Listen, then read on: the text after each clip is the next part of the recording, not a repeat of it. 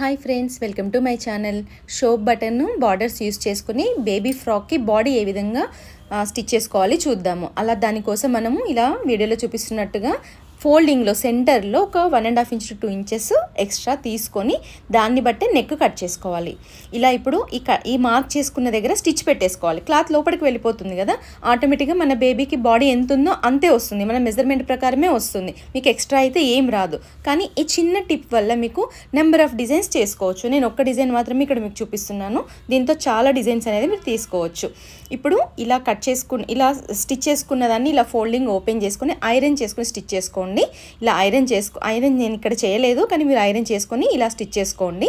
ఇలా సైడ్కి దాని కిందికి పెట్టి బార్డర్స్ కుట్టేయాలి. రెండు వైపులా బార్డర్స్ కుట్టేసుకుని, బార్డర్సే కాకుండా పోట్లీ బటన్స్ కానీ సమోసా టైప్ కానీ క్లాత్ని ఏ విధంగా మనం డిజైన్ చేయాలనుకుంటున్నాం ఆ విధంగా డిజైన్ చేసి ఇలా షో బటన్స్ పెట్టుకుంటే నెంబర్ ఆఫ్ టైప్స్ అనేవి మీకు